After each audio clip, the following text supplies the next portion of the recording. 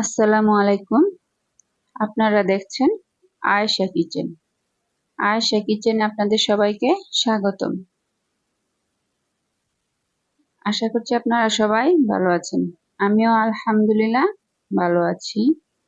আজকে আমি আপনাদেরকে তৈরি করে দেখাবো আস্ত মুরগির গ্রিল, যা আমি বাসায় তৈরি করেছি একদম রেস্টুরেন্টের মতো।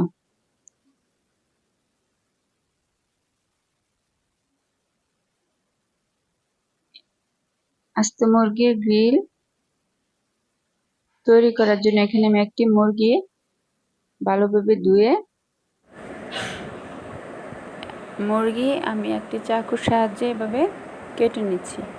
আজকে আমি আস্ত মুরগির গ্রিলটা এমনভাবে তৈরি করব, একদম সিম্পল মশলা দিয়ে, বাসায় থাকা মশলা দিয়ে, যা পরিবারের সবাই, ছোট বড় সবাই খেতে পারবে। এভাবে কেটে নিতে হবে চাকুর সাহায্যে, যাতে মশলাগুলো ভিতরে ঢুকে যায়। আস্ত মুরগির গ্রিল তৈরির জন্য এখন আমি মশলা একসাথে মিশিয়ে নেব।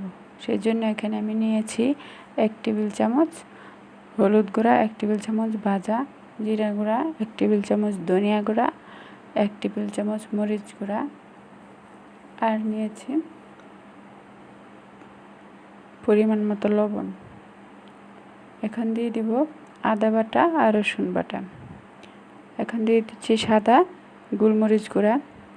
এখন দিয়ে দিচ্ছি 2 টেবিল চামচ গরম মশলা গুঁড়া, আর এখানে অল্প একটু জর্দার রং মিশিয়ে দিয়েছি। আর দিয়ে দিচ্ছি টমেটো সস।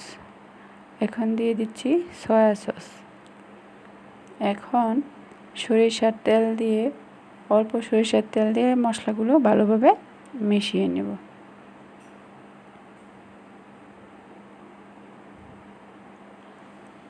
আমার সবগুলো মশলা একসাথে মেশানো হয়ে গেছে। এখন মুরগির মধ্যে মশলাগুলো আলতো করে মিশিয়ে নেব।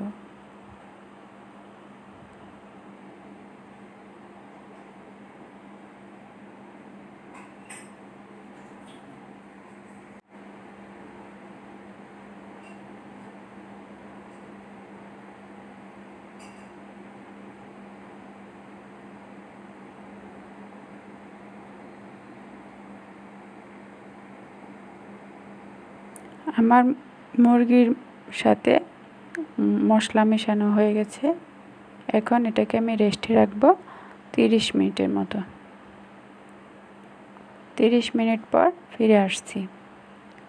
এখন এটাকে একটি সুতার সাহায্যে বেঁধে নেব। এটা শুধু বাজার সুবিধার জন্য। এখন একটি ফ্রাই প্যানে আমি তেলটা গরম করে সেখানে আমি আস্ত মুরগিটা দিয়ে দেব।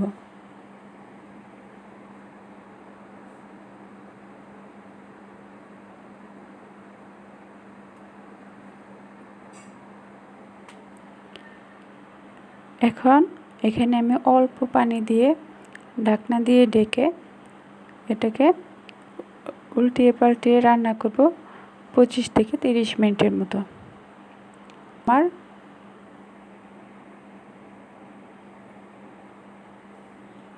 এখানে চুলার তাপমাত্রা একবার কম থাকতে হবে। আমার আস্ত মুরগির গ্রিল হয়ে গেছে। দেখতে পাচ্ছেন আমার আস্ত মুরগির গ্রিলটা দেখতেও সুন্দর হয়েছে, খেতে অসাধারণ মজার ছিল।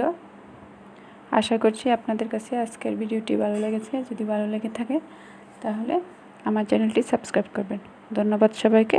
আল্লাহ হাফেজ।